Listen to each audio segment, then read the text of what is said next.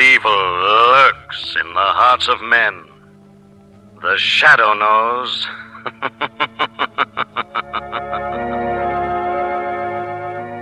Once again, your neighborhood blue coal dealer brings you the thrilling adventures of The Shadow, the hard and relentless fight of one man against the forces of evil. These dramatizations are designed to demonstrate forcibly to old and young alike that crime does not pay. Friends, the war increased the demand for anthracite coal to an all-time peak overnight. Huge new emergency demand sprang up suddenly on all sides. For example, when coke was diverted from heating homes to making steel vital for all our weapons, from battleships to blockbusters, homes cut off from coke had to have anthracite. A city twice the size of Buffalo might have frozen if anthracite hadn't been quickly supplied. Yes, 300,000 homes needed anthracite and got it. And this tremendous emergency heating job is just one of 5 big, extra wartime heating jobs anthracite has taken over since Pearl Harbor. These increased demands explain the restriction limiting you to 87.5% of last year's coal, friends. And of this you can be sure. By getting along with less anthracite, you're helping bring victory sooner.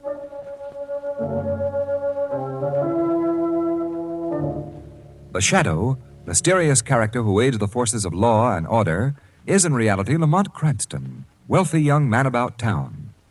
Several years ago in the Orient, Cranston learned a strange and mysterious secret, the hypnotic power to cloud men's minds so they cannot see him. Cranston's friend and companion, the lovely Margot Lane, is the only person who knows to whom the voice of the invisible Shadow belongs. Today's drama, Death to the Shadow.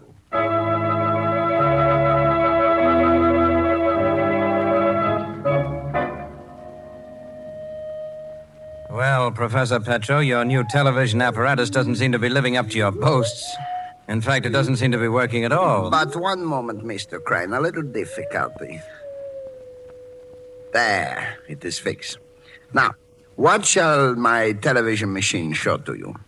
You really mean that with this radio device you can tune in on some place in the city and show it to me on that little screen? Any place. Inside buildings, inside locked rooms, down in the subway, wherever there is even a tiny bit of light, my new television rays will go. Name the place, Mr. Crane.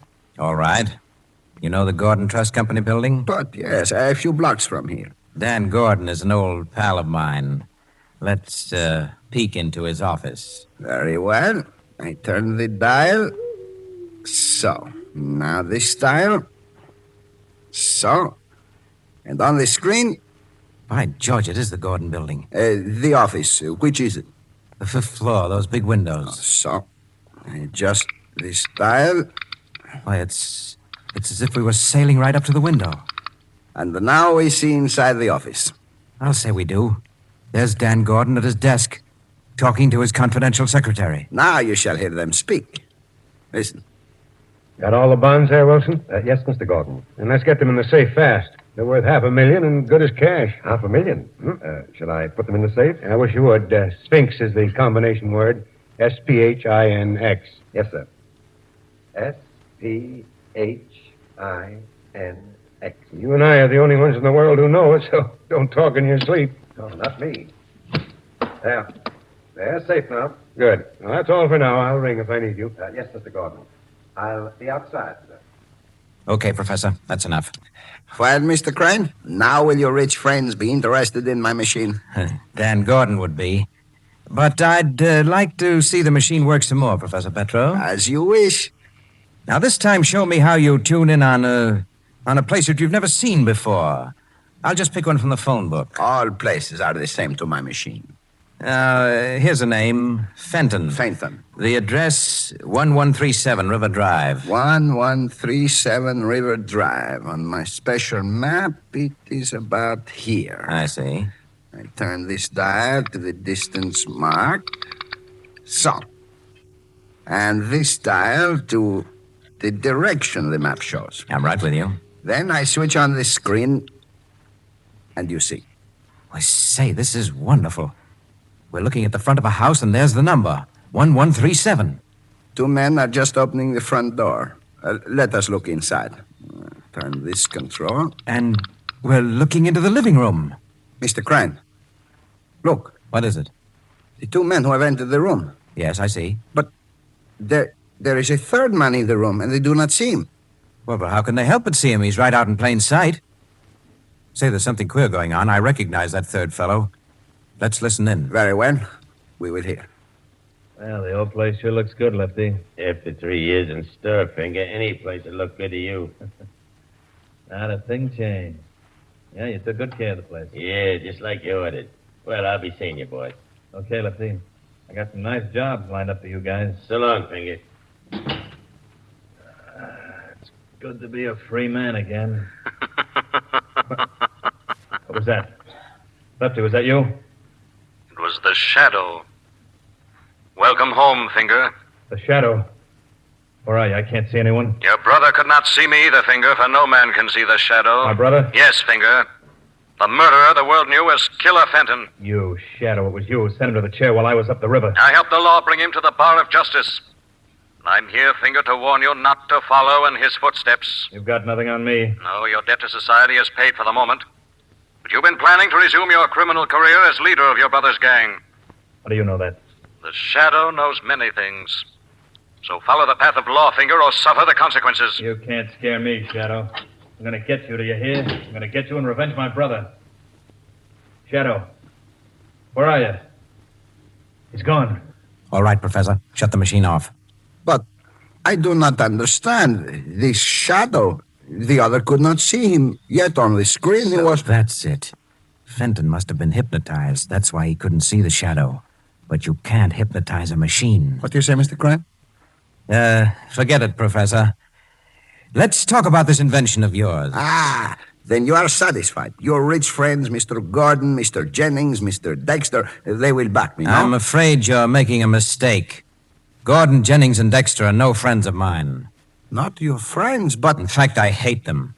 They ruined me once, and I'll never rest until I get revenge. But, Mr. Crane, you make the joke, no? Yes, Professor, I make the joke. Very funny joke, but only I will laugh.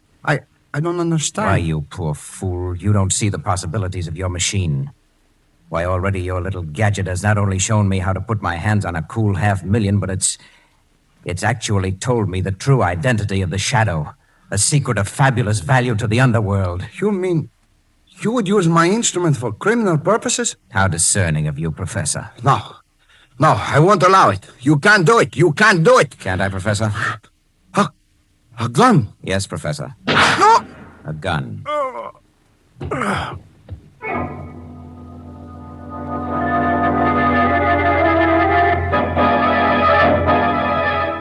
Extra paper, read all about it. $500,000 robbery, watchman killed, confidential secretary held for murder. Extra, read all about it. Cranston, I don't care a thing about your hunches. The guy that knocked off the watchman was the old gent's secretary, this, Wilson guy, and that's all there is to it. But, Commissioner, I know Arthur Wilson didn't do it. I've known that family for years. I went to school with Arthur's sister. Very nice, Miss Lane. That'll be Exhibit A for the defense. All right, Commissioner, but don't say I didn't warn you. Warn me? Yes, Commissioner. Don't look surprised when Wilson is proven innocent. Now, Cranston, if you got any ideas about snooping in this case, forget it. You're a nice guy, Cranston, for some of these screwy mysteries. But this is an open and shut case. Yes, Commissioner, just as you say. Cranston, I want you to promise you'll keep your nose out of this. Yes, Commissioner. But Lamont. I promise, Commissioner. But Lamont. Well, Commissioner, we'll have to be getting along. Come on, Margot. But Lamont. Goodbye, Commissioner. Goodbye. Oh, Lamont. You know Arthur Wilson is as innocent as I am. Of course, Margot. Well, then why did you make that silly promise to Commissioner Weston? Oh, I don't know, Margot. But you didn't hear the shadow promise anything, did you?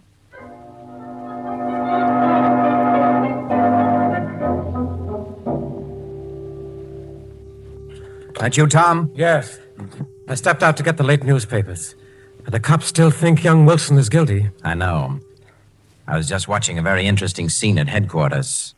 At headquarters? Yes. What would you say if I told you that just 5 minutes ago, the Shadow decided to try to prove Wilson innocent? The Shadow? Oh, no, you don't mean it. Don't be alarmed. I have all my plans worked out. The shadow won't bother us. Yeah, I know, but... Plans, Tom, that go far beyond my vengeance on Gordon, Jennings, and Dexter. I'll have that and millions besides. I'll make you rich, too.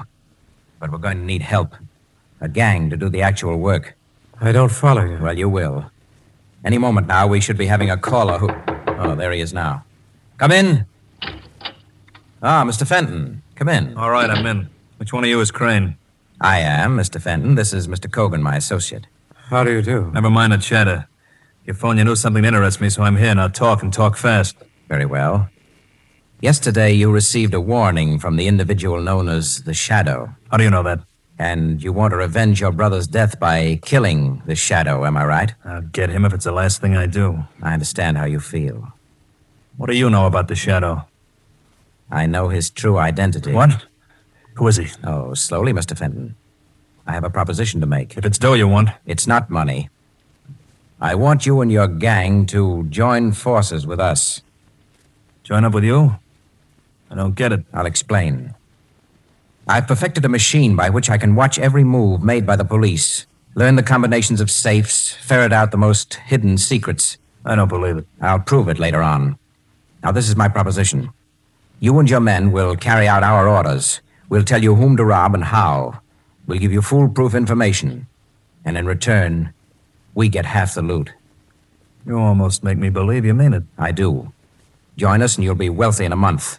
And, as a bonus, shall we say, I'll reveal to you the identity of the Shadow. What have I got to lose? Okay, it's a deal. Good. Now, your first action will be the removal of my enemies. Daniel Gordon of the Gordon Trust Company, Albert Jennings of Jennings Manufacturing, and John Dexter of Dexter and Company. Rub 'em out, you mean? Yes, like you, I put revenge before money. Okay, it's still a deal. Well, then I think a drink is called for. Tom, pour some drinks. Yeah, of course, Howard. There you are. Yes, and one for you, Mr. Fenton. Thanks. Now, what shall we drink to? I'll tell you what we'll drink to. Death to the Shadow.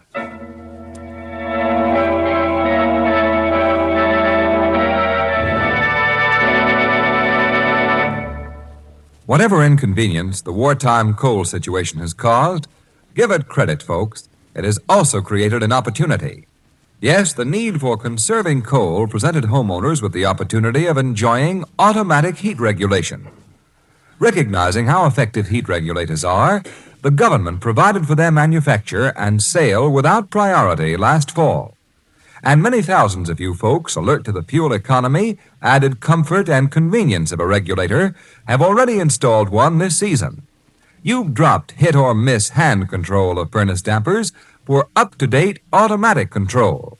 Yes, your regulator thermostat upstairs has been keeping the temperature in your home right where it belongs, at the proper healthful level day and night, and without your running up and downstairs constantly. But best of all, you folks who've installed a regulator have saved coal. You've stopped the inevitable waste of hand control, introduced real fuel economy for this season and next season when fuel conservation will be equally important.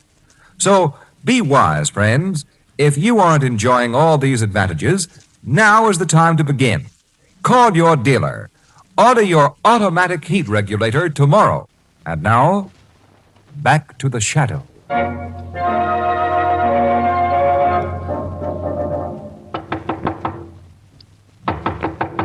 Yes? Who is it?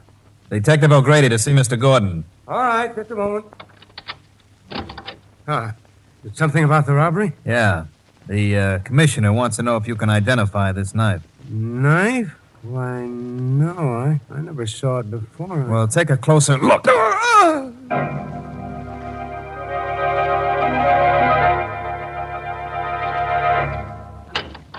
Yes, what is it? Package for you, Mr. Jennings. Just came special delivery. Package? Oh, let's see it. Yes, sir. Marked confidential. I wasn't expecting any packages. The string seems to be stuck inside the package. There. What? It's ticking. Must be a clock. Good Lord, is it?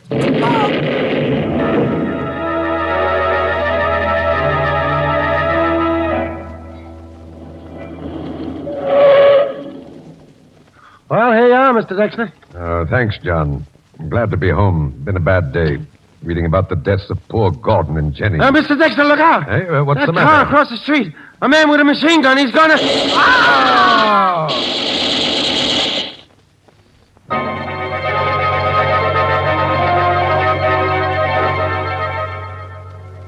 Gordon, Jennings, and Dexter.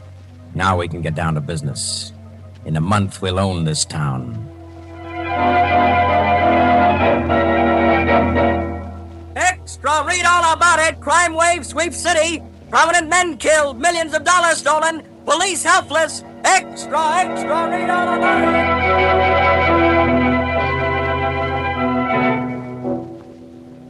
Lamont, you mean the police haven't any clues? They haven't any idea who's committing these crimes? I'm afraid that's about the size of it, Margot. And you haven't learned anything either? I'm afraid I failed as utterly as the police. Margot, it's as though some superhuman gang were at work in this city.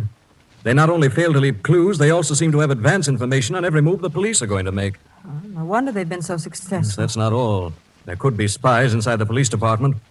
But the gang even knows in advance what I'm going to do. Oh, Lamont, you're joking. No, I'm not. Yesterday, I made a secret appointment with a petty crook who wanted to sell me some information. Before I ever saw him, he was murdered. Oh, how horrible. A dozen other similar incidents have happened. I'm checkmated at every turn. Why, it's as if they were able to watch everything you do. What?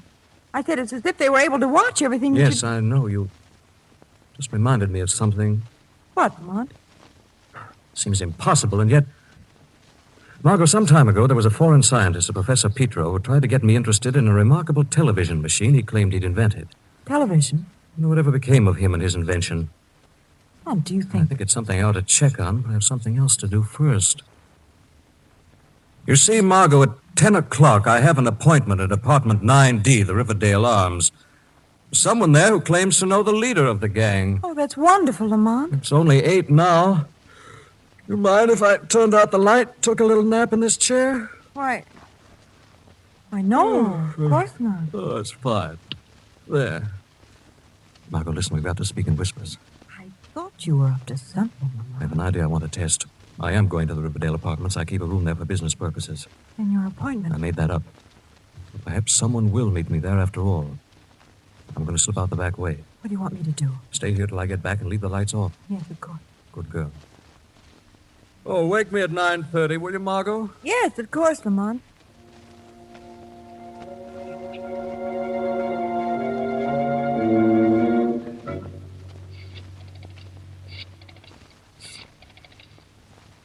Yes?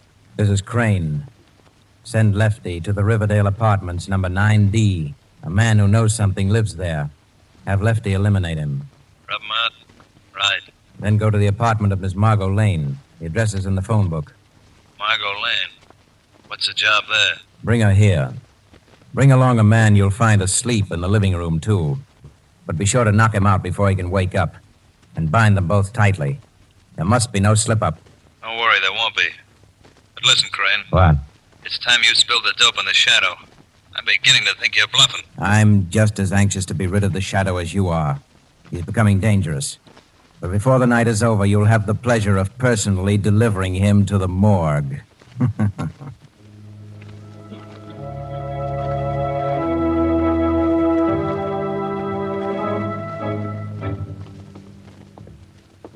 Yeah, this is the right joint. There ain't nobody here. The boss says to rub somebody out. There's nobody to rub. The room's empty. Whom were you expecting to find, Lefty? Who's that? Stick 'em up, you. Hey, there's nobody here. Nobody but the Shadow. The Shadow. My gun is gone. I have it now, Lefty. Now, who sent you here? Answer. Nobody sent me here. I want the truth, quickly. I'm not saying nothing. I have your gun in my hand, Lefty. Now talk fast. You can't bluff me, Shadow. I know you won't shoot. Won't I, Lefty? Hey, that slug almost hit me. Yes, this time I'll do better. Oh, wait, Shadow, wait. I'll talk. Finger Fenton sent me. You lie. He's not clever enough to plan these crimes. No, he didn't. Then who did? I don't know. Only Finger knows who the brain guy is. Somebody big, with connections. He knows everything. Some kind of machine tells him. As I thought. All right, get into that closet. The closet? We'll keep you safe from the police. Quickly now. The Shadow has other work to do.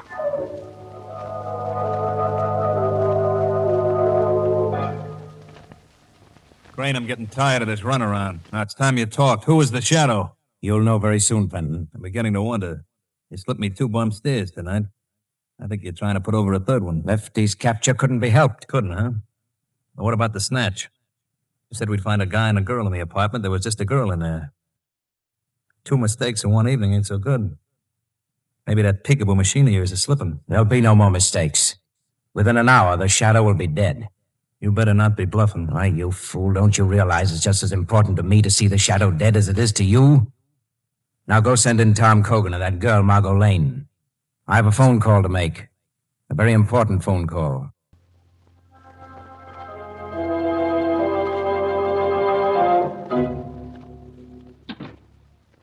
Margot? Margot, where are you? Margot? She's not here. The apartment's empty, the rug crumpled. The lamp knocked over. There's been signs of a struggle. Telephone. Hello? I see you've discovered Miss Lane is missing. Who's this calling? That hardly matters, does it? I just want to tell you that if you hope to see Margot Lane alive, you'll obey very carefully the orders I'm about to give you. Trying to make me believe you've kidnapped her? You doubt it?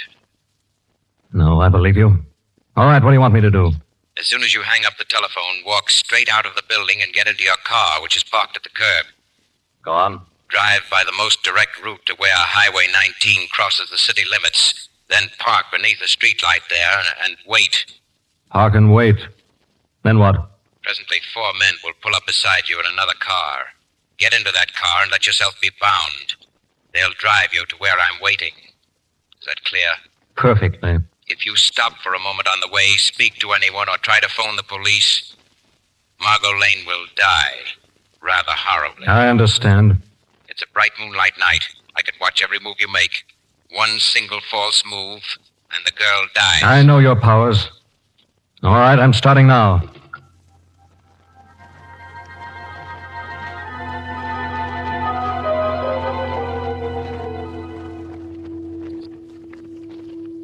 Ah, he's coming. He's almost reached the point where our boys are to pick him up. I wish I knew if you were lying. Well, this time I'll let you look for yourself. You see this small screen here in front of me? What does it show? It's a car. A guy driving it. He's wearing a soft, dark hat. Now he's pulling up under the streetlight at the city limits and parking. Now, you satisfied? Yeah. Yeah, except that I can't see his face. It's our man. I've watched him from the instant he put down the telephone. He's obeyed orders exactly. You'll never capture him. He's too clever for you. Oh, Miss Lane, I'd almost forgotten that you were with us. Your loyalty does you credit, but we're complete masters of the situation. Well, you'll find out that you're wrong. I suppose he tries some tricks after we get him here. Tricks? What can he do?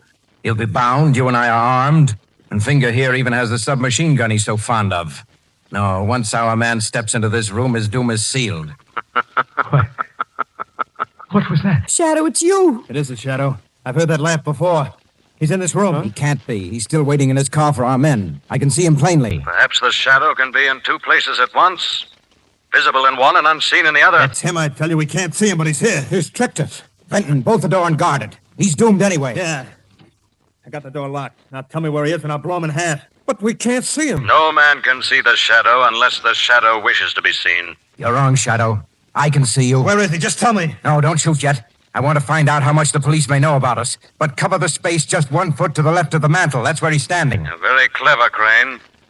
I suppose you've now focused this television machine so that it shows you this room. Exactly. And on the screen, you're perfectly visible. Make a move, Shadow, and you die. I told you I'd get you, Shadow, for sending my brother to the chair. In a minute, you'll be saying hello to him. Shadow, be careful. You're all so sure of yourselves. Why don't you go ahead and shoot? I'm gonna. We're wasting too much time. Crane, I'm gonna let him have Of course, the police at the window might try to stop you. What, police? Where? Quick, shoot! It's just a trick. Why, you dirty... take that! You're dead now. You gotta be. Quick, feel around on the floor for his body. He must be dead, but I can't see him. The screen doesn't show him anymore. Because I'm directly behind you now, and it's time for me to disable that machine, I think. No, stop him! I'll get him. He's not gonna do it this time. I'll get him. I'm gonna kill him. You shot me. I'll take that machine gun, Fenton. What? You've killed Crane, your partner in crime, not the Shadow. You wanted to follow in the footsteps of your brother. And as soon as the law has judged you, you're going to. Straight to the chair.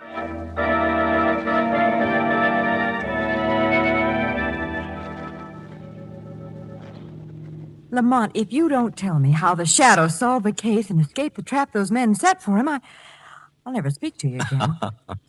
Well, it was really you who solved the case, Margot. I did. Of course. If you hadn't said that someone was watching every move I made, I'd never have remembered Professor Petro and the television machine he once made such great claims for. Oh, and then when you slipped out of my apartment in the dark. And I was trying a little experiment which proved to me I was being watched. Then I knew some form of television had made all the recent crimes possible. But after Crane phoned you at my apartment, he was watching you on the television screen every second. How was it possible to trick him then? He wasn't watching me, he was watching a decoy. When you're being spied on, it's good strategy to have a double. A double? Mm-hmm. Before I returned to your apartment, I arranged with Commissioner Weston to have a detective who strongly resembles me stationed in the dark entranceway to your building. And when you left the building? It was my double Crane saw, not me. I stopped just an instant there in the dark hallway and whispered instructions to him. Oh, I see. My double got in the car and drove off. I went back in, traced the phone call, learned where the hideout was, and with the help of a fast car... The Shadow reached there long before anyone expected him. Exactly. There's no time to make any elaborate plans beyond phoning Weston to raid the place. Luckily, Fenton was so keyed up that when he fired at the Shadow, his aim with that machine gun was pretty bad. And then he lost his head and killed Crane while trying to kill the Shadow. That's right. And Crane never got a chance to reveal the Shadow's real identity. Luckily for the Shadow, no. So it was easy when the police got there for the Shadow to slip out unseen and for Lamont Cranston to come puffing in a minute later to be twitted by Commissioner Weston. Oh, poor Commissioner Weston. Lamont, you know what he said when you arrived? No, Margaret, what? He said that's just like Lamont. Always late when there's any excitement.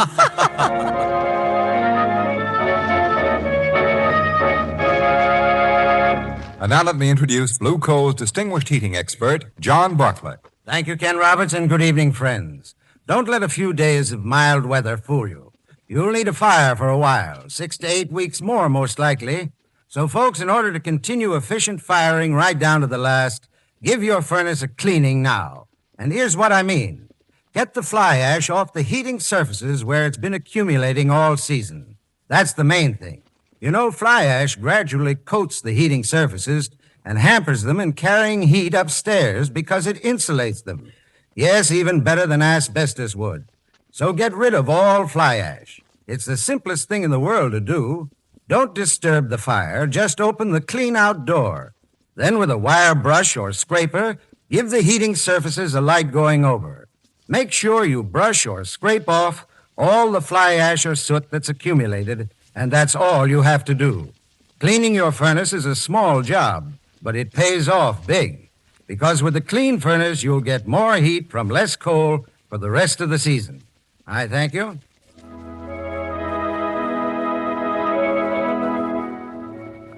The Shadow program is based on a story copyrighted by Street and Smith Publications. The characters, names, places, and plot are fictitious. Any similarity to persons living or dead is purely coincidental.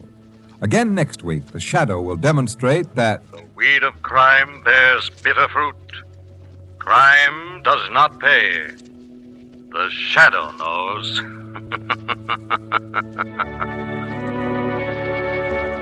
Next week, same time, same station, your friendly Blue Coal dealer brings you another strange and thrilling adventure in the Shadow's daring battle against the forces of evil. Be sure to listen. This is Ken Roberts saying, keep the home fires burning with Blue Coal. This story produced by the DL&W Coal Company, distributors of Blue Coal. This is Mutual.